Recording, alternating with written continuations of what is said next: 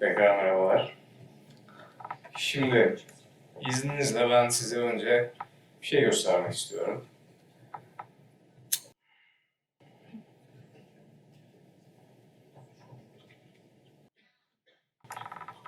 Evet, mumu yaktım.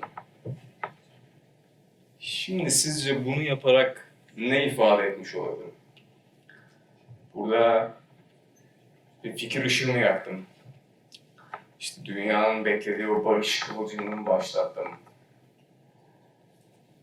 Yoksa bir projenin fitilini mi ateşledim? Ne yapmış olabilirim? Birçok şey yapmış olabilirim bence. Ama aslında bunların hiçbirini yapmadım. Sadece bir şey yaptım. Durmaktan farklı bir şey yaptım. Hareket ettim. Vücudumu koordine ettim. Çakmağa çaktım. Mum yandı.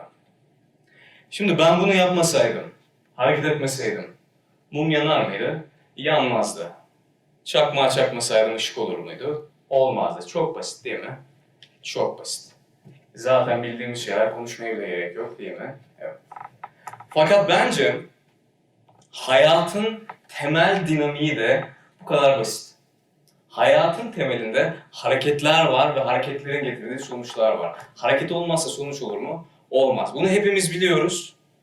Çok basit ama insan işleri çok karmaşıklaştırabiliyor. Şimdi beraber bir enerji oluşturarak başlayalım bence. Benimle birlikte sağ elinizi kaldırmak ister misiniz? Evet.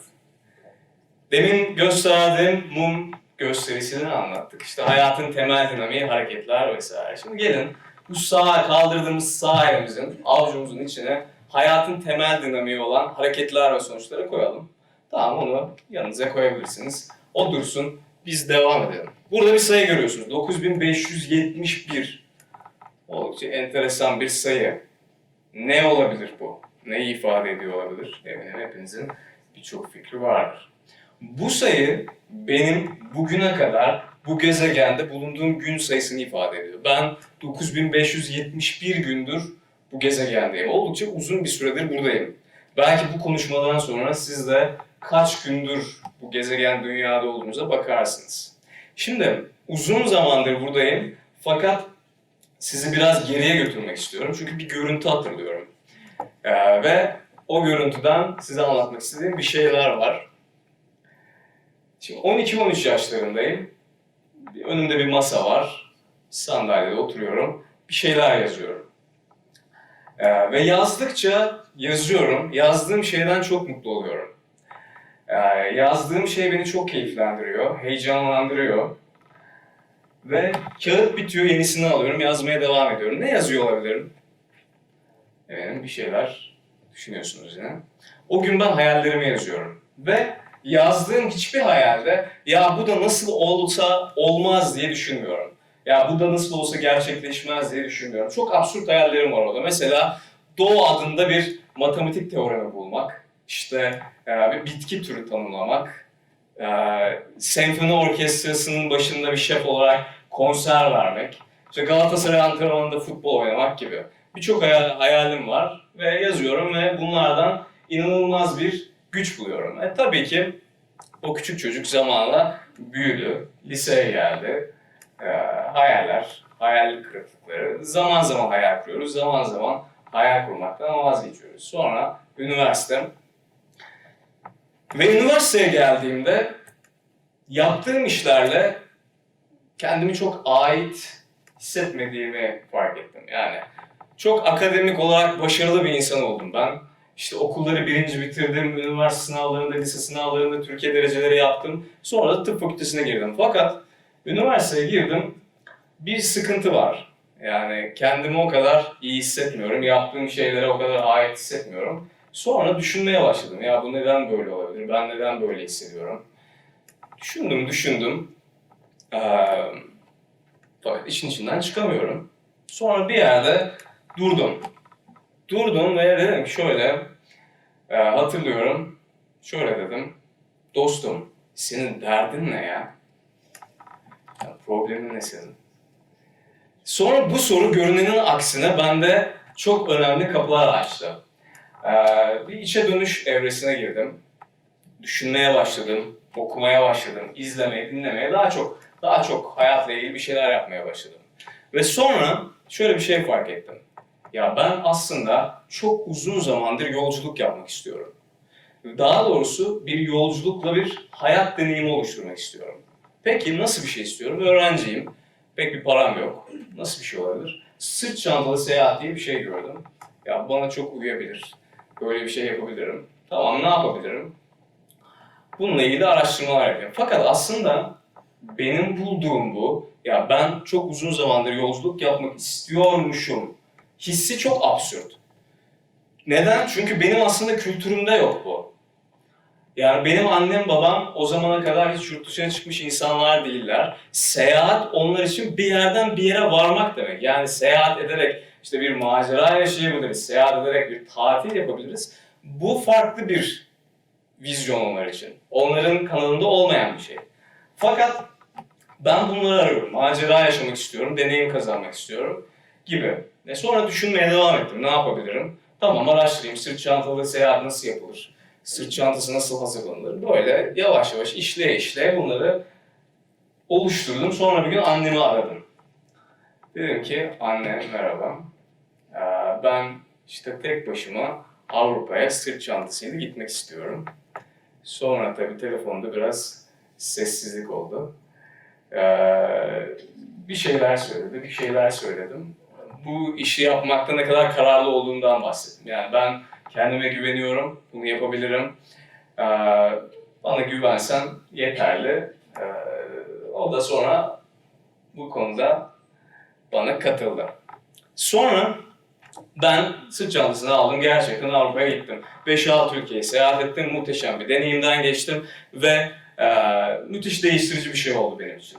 Ve bir hayal oluşturmuştum ben buraya çıkmadan önce. Yani gözlerimi kapattım, ülkeler arkamda kalıyor, yollar arkamda kalıyor. Yeni insanlarla tanışıyorum, yeni şeyler keşfediyorum, keyfim yerine geliyor. Ve döndükten sonra o üniversitenin başındaki ya ben kendimi böyle bir şeylere ait hissedemiyorum hissi yerine hayata bir bağlılığa bıraktı. Yaptığım işlerde kendimi daha iyi hissetmeye başladım. Hem fakültede daha iyi hissetmeye başladım, hem diğer işlerde daha iyi hissetmeye başladım ve hayatım farklı bir evreye geçti. Bunu da ben hayalin oluşturduğu gücü ve motivasyonu hayatıma entegre etmeye bağlıyorum. Peki, bu seyahatten sonra ben hayal kurmaya devam ettim. Bir gün duruyorum, dedim ki, Norveç dışarıdan çok güzel gözüküyor. Acaba Norveç'e mi gitsem? Gidebilir miyim? Yapabilir miyim? Neden olmasın? Hatta Norveç yetmez, belki İzlanda'ya da gidebilirim oradan. Olabilir. Şöyle bir hayal oluşturdum. Norveç'e gidiyorum. Bütün Norveç'e yetmiyor. İzlanda'ya otostopla geçiyorum. Dağlarda, fiyortlarda, okyanusların kenarlarında, ormanlarda kamp yapıyorum ve bu şekilde seyahat ediyorum. Böyle bir şey oluşturdum. Ve bir uçak bileti buldum 100 liraya. Norveç'e. O zamanlar 100 liraya uçak biletleri vardı. Şimdi İstanbul-Ankara arası herhalde 100 liraya zor gidiyor. Ve ben gittim Norveç'e. Size bazı fotoğraflar getirdim. Bu benim ilk sırt çanta yolculuklarımdan. Sırbistan'da bir otobanda yürüyorum bu şekilde. Sonra Norveç'e gittim. Norveç'ten İzlanda'ya gittim. Tam olarak istediğim gibi, tam olarak o beklediğim maceraya alacak şekilde bir seyahat gerçekleştirdim. Çok keyifliydi. İnanılmaz deneyimlerden geçtim ve bu beni hayatın diğer evreleri için inanılmaz kamçıladı. Sonra ben seyahat anlamında hayal kurmaya devam ettim ve sahimize bir şey koymuştuk ya. Neydi? Hayatın temel dinamiği, hareketler, sonuçlar. Hep buraya döndüm. Ya o kadar zor değil aslında. Neden yapamayayım ki? Ben hayatımda Norveç'e gitmeden o kadar dağlarda, fiyortlarda falan kamp yapmış bir insan değilim. Tek başıma dağa çıktım işte. Bir yerlere gittim. İnsanın olmadığı, hiçbir şeyin ortasında olan yerlere gittim. Ama dedim ki, ya bununla ilgili biraz çalışırsam, biraz emek verirsem bence bunu yapabilirim. Peki, sonra bu seyahat hayallerine devam ettim ve Avrupa'da, işte Afrika'da, Orta Asya'da, Güney Asya'da, ya bu arada bir şey söyleyeceğim. Evet, bu fotoğrafı görmüşken. Şimdi benim bütün fotoğraflarım uzun saçlı. Şey de öyleydi, afiş de öyleydi. Neden diye merak ediyorsunuzdur şu an neden böyle. Kimse de beni tanımıyor, buraya geldim, kimse beni tanımadı organizasyondan da. Ben askere gittim yakın zamanda, o yüzden sesimi kestirmek zorunda kaldım. Neyse. Güney Asya'dayım burada da. Şimdi, peki ben hayal kurdukça hayal kurmaya devam ettim. Bence hayaller, onları gerçekleştirsek ya da gerçekleştirmesek bize bir güç sağlamaya devam ediyor ve yeni hayaller için bizi motive ediyor. Şimdi deneyimlerden geçtim, seyahatler ettim, insanlarla tanıştım, zaman geçti. Bir yerden sonra insana dair şöyle bir şey fark etmeye başladım. Ya ben aslında insandan çok şey öğrenebiliyorum. İnsan aslında keşfetmeye çok açık bir canlı. İstersek insandan çok şey öğrenebiliriz. Peki, bunlar böyle ilhamlarla birlikte benim çevremde dolanıyorlar. Sonra İzlanda'da bir kasabada yürüyorum. Bu hislerle doluyum, bu ilhamlarla doluyum. Sonra bir şey geldi bana böyle bir ışık patladı. Bir proje fikri doğdu bende bu ilhamlarla. A Tea with 10,000 people, 10.000 insanla çay. Ne yapıyorum ben bu projede?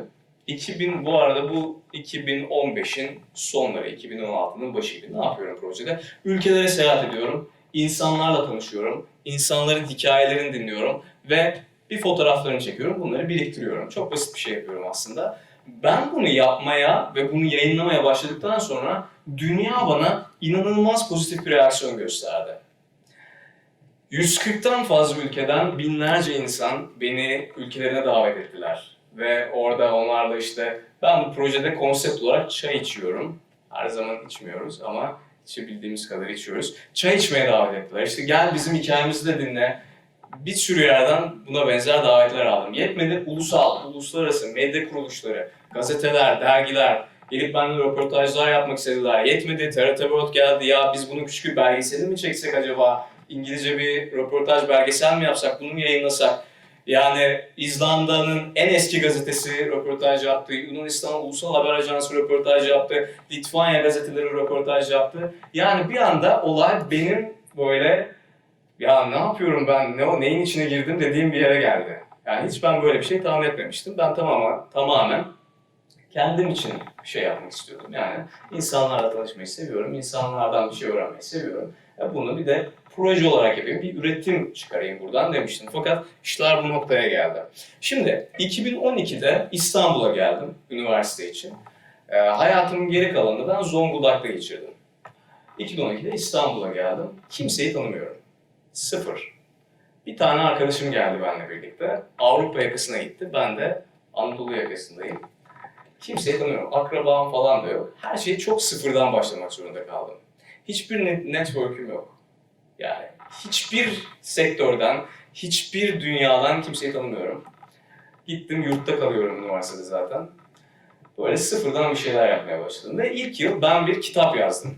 Bir şiir kitabı. Üzüm Dalları, Güneş ve Güzü diye. Ve o zaman 18 yaşındayım, gencim, motiveyim. Edebiyatımın diğer insanlar tarafından okunması gerektiğini düşünüyorum. Edebiyatıma değer veriyorum ki yayınlamam lazım bunu. Gençlik cesareti biraz. Ve yayın evlerine gittim. Dedim ben böyle tıp fakültesi öğrencisiyim, bir kitap yazdım. Basar mısınız? Basmayız dediler. Başka yerlere gittim. Basar mısınız? Basmayız dediler. Mailler attım. Basmayız dediler. Sonra ben bu kitabı bir şekilde bastırdım. Fakat bu sefer de istediğim değeri göremedim yayın evinden ve ondan sonraki süreçte bu benim çok canımı sıktı. Yani hevesli bir insanım, o zaman da öyleyim, 18 yaşındayım, hevesli bir şey yapmışım. Yani bu kadar bir insanın hevesi kursağında bırakılmaz. Sonra dedim ki ben bir hayal daha oluşturayım. Edebiyat yapmayı seviyorum, yazmayı, şiir yazmayı da düz yazıyı da seviyorum. Bunu muhtemelen devam edeceğim. İleride bununla ilgili ben değer göreceğim bir şey oluşturabileyim. Hem kaliteli bir şey yapayım hem de insanlar buna değer verebilsinler ve ben bu edebiyatı insanlarla paylaşabileyim. 4 yıl sonra bir kitap yazdım. Nehir Yolcusu. O kitap işte. Ve bu sefer güzel insanlar tanıyordum. O kitaba çok emek verdim. Yine sahildeki işi kullandım. Çok uzun aylar boyunca kitaba emek vermeye devam ettim ve çok iyi bir şey ortaya çıktı. Bundan sonra da 6.45 yayın var, bilirsiniz belki. Kaybedenler Kulübü'nden biliniyor genelde. Onun bir de yayını var. Onun özel bir şiir serisi var. Benim için gerçek anlamda özel bir şiir serisi. Çok kıymetli şairlerin olduğu için de. Ve benim bu kitabımı o özel şiir serisinden bastılar. Ve ben o oluşturduğum hayali gerçekleştirmiş oldum. Tabii ki işler daha sonra çok yolunda gitmemiş olabilir. Ama hayatın her alanında her zaman çok yolunda gitmiyor zaten. Fakat oraya kadar olan şey benim için çok kıymetliydi. Evet, bir video getirdim. Onu anlatayım. Başlatıyoruz birazdan. Şimdi ben ilkokulun sonundan beri keman çalıyorum. Ve zaman geçtikçe şöyle bir hayal oluşturdum. Ya bir gün ben bir senfoni orkestrasında keman çalsam ne güzel olur. Fakat üniversiteye geldim. Tabii tıp fakültesindeyim. Neden beni birileri senfoni orkestrasına alsınlar? O kadar konservatuvar öğrencileri var, işte konservatuvar mezunları var. Neden beni alsınlar? Ben de kendi kendime çalmaya devam ediyorum öyle. Aşırı profesyonel de değilim. İyi çalıyorum ama aşırı profesyonel değilim. Sonra üniversitede bir ilan görüyorum. Yeditepe Üniversitesi Senfoni Orkestrası yeni enstrümanistler arıyor. Vay canına. Tam olarak benim aradığım bir şey. Gördüm onu, hemen başvurdum. Dedim varsa girebilirim. Seçmelere gittim. Birkaç insanın seçmede. Çok ünlü bir şef var. Şu an adını hatırlamıyorum ama bayağı ünlü bir şef. Onunla beraber seçmeleri yaptık. Seçmeleri geçtim. Ben kendimi bir anda kocaman bir senfoni orkestrasının içinde buldum. Tıp fakültesinde 2. sınıfta falanım. Ve biz çok büyük bir Cumhuriyet konseri verdik. Bununla ilgili hiçbir video bulamadım ben. Sonra aradım arşivleri taradım. Bir tane kanal var. Sky Türk diye. Artık yok herhalde bu. Orada haber almışız biz. Ve orada küçük bir video buldum. Onu getirdim. Dolar 1.99 o zamanlar. Euro 2.71. Good old days. Neyse buna bir bakalım. Biraz havamız değişsin.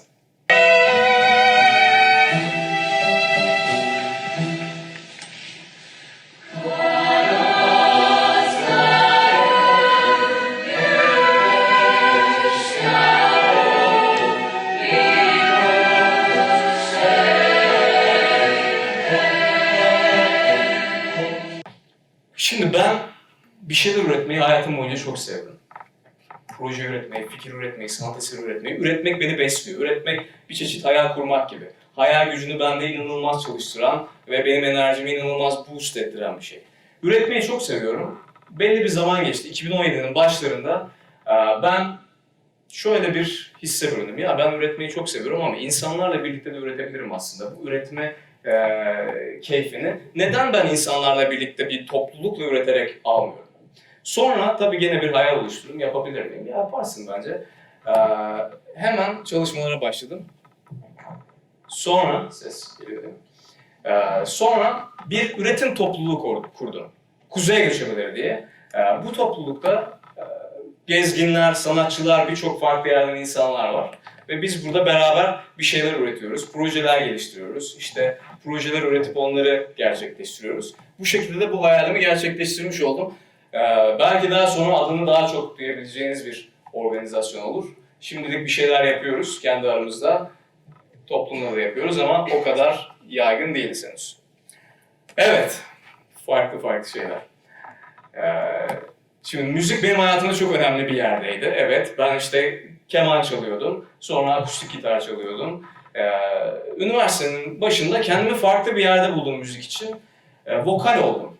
Bizim tıp fakültesinin başında şöyle bir şey var. Önlük giyiyoruz, bunun için kutsal bir tören yapılıyor. Geliyorlar hocalar, böyle duruyoruz, önlükleri giyiyoruz, alkışlıyorlar. Orada tıp fakültesi öğrencilerinden bir grup kuruluyor. Müzik grubu, onlar konser veriyor. Ben bir anda o konserin solisti olarak buldum kendimi. Konser çok iyi geçti. Sonra kendimi başka bir müzik grubunda buldum. Profesyonel bir müzik grubu. Sonra biz bu çalışmalara devam ettik. Zaman geçti. Ben şarkı yazmayı öğrendim. Şarkı yazabiliyorum. Sonra bestelemeyi öğrendim. Sonra gene bir hayal oluşturdum. Dedim ki ben neden bir albüm çıkaramayayım? Neden bir albüm çıkarmayayım ben? Kendime ait şarkılar çalıyorum, insanlarla paylaşıyorum bunu. Bu enerjiyi oluşturuyorum. Neden böyle bir şey yapmayayım? Sonra bunun üzerine çalışmalar başladım bu sefer de. Ve zaman geçti. 8 şarkı oluşturdum. Çok kıymetli bir ses mühendisi arkadaşım var. Onunla beraber son birkaç yıl uğraştık. Emir Özgören ismi. Onun da bence ismini daha sonraki yıllarda daha sık duyacaksınız. Ve bu albüm %98 bitti. Bütün mix, master, her şey bitti. Son birkaç rötuşu kaldı ve çok kısa bir süre içinde, belki bir ay içinde bütün müzik platformlarında olacak, dinleyebileceksiniz siz de. Son hayal, çok hayal anlattım. Sonra başka bir tarafa geçelim. Çok deneyimden geçtim. Seyahatler, insan deneyimleri, yaşam deneyimleri. Ve belli bir yer geldikten sonra bunları insanlarla paylaşmak istedim. Değerli olduğunu düşündüğüm farkındalıkları anlatabilmek istedim. Bunun dışında bunu bir kenara bırakalım. Bir dostumu tanıdım Nepal'den ve çok kıymetli bir hayat hikayesi vardı. O hayatını kaybetti ve onu çok fazla tanıyan insan yoktu Nepal dışında. Fakat ben onun hikayesini dünyaya anlatabilmek istedim. Çünkü çok kıymetli bir hikayeydi ve buna dair yine bir hayal oluşturdum. TEDx benim çok kıymet verdiğim bir organizasyon. Bugüne kadar 2 TEDx konuşması yaptım. İlkinde insanın gezegendeki yolculuğundan ve o anlattığım şeylerden bahsettim. İkincisinde de o arkadaşımın hikayesi ve insanın yaşam içindeki hikayelerinden bahsettim. Bu şekilde de o hayalimi de gerçeğe dönüştürmüş oldum. Şimdi hayalleri bir kenara bırakalım. Sürekli hayal kuruyoruz. Ben de birçok hayal kurdum. Birçoğunu gerçekleştirdim. Birçoğunu da fena tökezledim. Çok başarısız oldum. Yerlerde süründüm. Hiç istediğim yere yaklaşamadım bile. Hepsinden inanılmaz öğrendim. Yaptığım hayallerden de, gerçekleştirdiğim hayallerden de, gerçekleştiremediklerimden de inanılmaz öğrendim. Ve bütün bu öğrendiklerim beni ondan sonraki basamaklarda hep daha ileriye itti. Şimdi, bu fotoğrafı bilirsiniz, Felix'in uzaydan atlayışı. Burada bir duralım. Sizle bir şey yapmak istiyorum. Evet. Cesur birini arıyorum içinizden. Bir dakika. Daha ne yapacağımızı anlatmadım. Cesur birini arıyorum. Fakat onunla ne yapacağımı söylemeyeceğim. Ne yapacağımızı bilmiyorum. Ya biliyorum, hani şu an bilmiyoruz. Garanti vermiyorum. Ben elimi kaldıracağım. Elimi kaldırdıktan sonra ilk elini kaldıran seçilmiş olacak. Dediğim gibi ne olacağını söylemiyorum. Sadece cesur birini arıyorum. Evet. O zaman hazır mısınız? İlk elini kaldıranı seçeceğiz ve bir şey paylaşacağız. Peki. O zaman 1, 2, 3. İlk sen kaldırdın sanırım. Evet. Ayağa kalkabilir misin? İsmin nedir? Benim adım Enes. Enes. Endüstri mühendisiyim. Endüstri mühendisindesin. Peki kaç yaşındasın? 19. 19. Yok mikrofona gerek yok.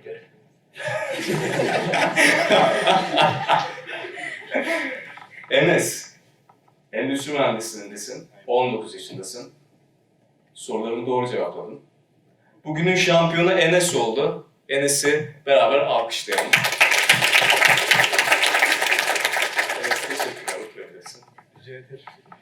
Neden böyle bir şey yaptık? Çok mu basitti? Bence hayatın işte o diğer mekanizması da bu. Çoğu zaman hayat bizden sadece küçük bir cesaret göstermemizi bekliyor. Çok küçük bir cesaret. Cesareti gösterdikten sonra bence hayat bizim diğer yolumuzu oldukça kolaylaştırıyor burada olduğu gibi. Ve evet, aynı bu küçük gösteride olduğu gibi hayat bizimle ne yapacağını bize söylemiyor. Bize bir garanti veriyor mu? Hayır. Bize şöyle bir şey diyor mu? Yani bu kesin yolun senin. Sen buna başlarsan kesinlikle bu yoldan gideceksin. Ben sana garantisini veriyorum. Hayır, böyle bir şey yok. Fakat biz cesaret göstermezsek o yoldan gider miyiz? Gitmeyiz. Ve dediğim gibi hayat deneyimlerimden, algılarımdan, farkındalıklarımdan hep şunu anladım. Biz cesaret gösterdiğimiz zaman hayat gerçekten ondan sonraki yolu kolaylaştırıyor. Hayat cesurları çok seviyor. Tamam mı? Peki. Kim bunlar? Pink Floyd, evet. Pink Floyd'un bir sözü var. Diyor ki Sayın Floyd, "Child is grown, dream is gone." Yani çocuk büyüdü, hayal öldü. Böyle mi?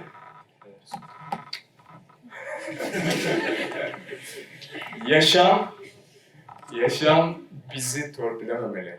Yaşam bizim büyüdükçe ya da bir şeylerin içine girdikçe, üniversite, okul vesaire, bizim sahip olduklarımızı elimizden almamalı. Hayal gücü bizim sahip olduğumuz yegane güçlerden biri. O güçle ne isterseniz yapabilirsiniz aslında. Kendinizi inanılmaz mutlu da edebilirsiniz. Kendinizi çok başarılı bir yere de götürebilirsiniz. Ve o gücü kullanmazsanız öylece gidip gidiyor. Burada bir daha duruyorum. Şimdi bir tane örneğim var. Çin'de bir sanat okulu. Öğrenciler sınavlara giriyorlar. Bir resimle ilgili bir sanat okulu. Ve sınavlara geçiyorlar. Geçtikten sonra okula kabul alıyorlar. Sonra da okul diyor ki, sevgili öğrenciler, kayıt yaptırdınız, sınavlara geçtiniz, tebrikler.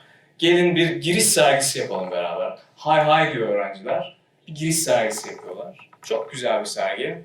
Sonra zaman geçiyor ve bu öğrencilerden diyorlar ki bu sefer, bir de çıkış sergisi yapar mısınız? Artık mezun olacaksınız. Hay hay diyor öğrenciler. Bu sefer de bir çıkış sergisi yapıyorlar. Ve bakıyorlar ki çıkış sergisi çok kötü. Çıkış sergisi hepsi birbirine benziyor. İlk sergi çok daha özgündü. Ne oldu bu öğrencilere? Öğrenciler üniversitede özgünlüklerini yitirdiler. Peki, o zaman hepimizin bir kendi gerçeği var. Kendimize ait özelliklerimiz var. Kendi hayal gücümüz var. Üniversitenin, şirketlerin, organizasyonların, eğitim kurumlarının, toplumun, hatta ailenin bize ait özelliklerimizi bizim elimizden almasına izin veremeyiz. Onlar tamamen bize ait olan benzersiz özellikler. Bizim benzersiz bir hikayemiz var. Benzersiz özelliklerimiz var. Bunları o örnekte olduğu gibi başkalarına benzeterek yitiremeyiz. Lütfen o yüzden kendi hikayenize, kendi gerçeğinize ve kendi hayal gücünüze sahip çıkın. Hayal bizim gücümüz, demin de söylediğim gibi. Kullandığınız kadar nereye gidiyorsa oraya sizi götürebilir. Şimdi ne yaptık? Konuşmanın başında sağ elimize ne koyduk? Hayatın temel dinamiği. Neydi? Hareketler sonuçlar doğuruyordu. Bütün anlattığım benim hayatımdaki hayallerde ne yapmıştım? Hep oraya dönmüştüm. Hiç kendimi kasmamıştım. Hiç karmaşıklaştırmamıştım. Ne yapmam gerekiyor? Basitçe ne yapmam gerekiyor? Tamam, yapayım yavaş yavaş. Sırasıyla yapayım. Peki, sağ elimize bunu koymuştuk. Biyolojiden belki hatırlarsınız. Beynin sol yarısı vücudun sağ yarısını kontrol eder. Sağ yarısı da vücudun sol yarısını kontrol eder. Değil mi? Sağ beyin daha çok insanı insan yapan şeylerle ilgilidir. Duygular, empati, hayal gücü, bunun gibi şeyler, yaratıcılık, bunun gibi şeylerle ilgilidir. O zaman gelin sol elimize de beraber kaldıralım mı? Bir enerji daha. Hadi. Sol elimize de o zaman sağ beyin bizimle alakalı bir şey, kendimizi ve bize ait olan şeyleri koyalım. Yalnızca bize ait olan şeyleri koyalım. Tamam mı? Kapatın onu da. Koyun kenara. Dursun. Peki. Sonra bağdaştıracağız. Hayallerimiz var. Hayaller üzerine çalışıyoruz. Bugün insanın yapmakta zorlandığı bence iki şey var. Çok önemli. Bir, dikkat. İki, süreklilik, sürdürülebilirlik. Şu an inanılmaz uyaranlarla doluyuz. Dünya tam bir uyaran cenneti. Sürekli dikkatimiz dağılıyor. O zaman her ne yapıyorsak yapalım, iş, tez, akademi, proje, girişim, mutlaka dikkatimizi tam olarak oraya vermemiz lazım ve bunu üzerine çalışmamız lazım. Diğeri neydi? Süreklilik, sürdürülebilirlik. Yine bütün yaptığımız çalışmalarda bunu devam ettirmemiz lazım. Sürekliliğini sağlamamız lazım. Çünkü sürekliliğini sağlamadığımız her şey yavaş yavaş ölüyor. Bütün girişimler için, bütün startuplar için, bütün akademik çalışmalar için, bütün kişisel projeler için bence bu geçerli. Evet, ben yavaş yavaş bitiriyorum konuşmamı. Bitirirken yakın zamanda hayatını kaybeden Kobe Bryant'ın bir sözüne yer vermek istiyorum. Onun bir sözünü getirdim. Diyor ki Kobe Bryant, süreci seviyor musun? Bu süreç ki seni sonuca götürür. O sıkıcı ve acı veren anlar. İşte bunu seviyorsan bil ki bulduğun şey senin için gerçekten doğru. Sıkı çalışırsın ve hayaller gerçek olur. Evet. Erken kalktığın ve çok çalıştığın o zamanlar, geç uyuduğun ve sıkı çalıştığın o zamanlar aslında yorgunsun. Çalışacak gibi hissetmiyorsun, kendini itmek de istemiyorsun fakat yine de yapıyorsun. İşte bu aslında hayalin kendisi. Şimdi sağ elimize ne koyduk? Hayatın temel dinamiğini, hareketler, sonuçlar. Sol elimize ne koyduk? Kendimizi, bize ait olan şeyleri, hayalleri koyduk. O zaman gelin bunları beraber birleştirelim. Kaldıralım beraber. Son bir enerji yaratalım. Serbest bıraktık ikisini de. O zaman 1, 2, 3 deyince ellerimizi birbirine vurarak bu enerjiyi yaratalım. Yaratalım mı? Peki. Şu an 1, 2, 3. Bir kere daha. 1. Sayıyla. 1, 2, 3. Teşekkür ederim. Bu sizin hayalinizin gerçek olma sesi. Bu sizin kendi gerçeğiniz. Onu izlemeye devam edin.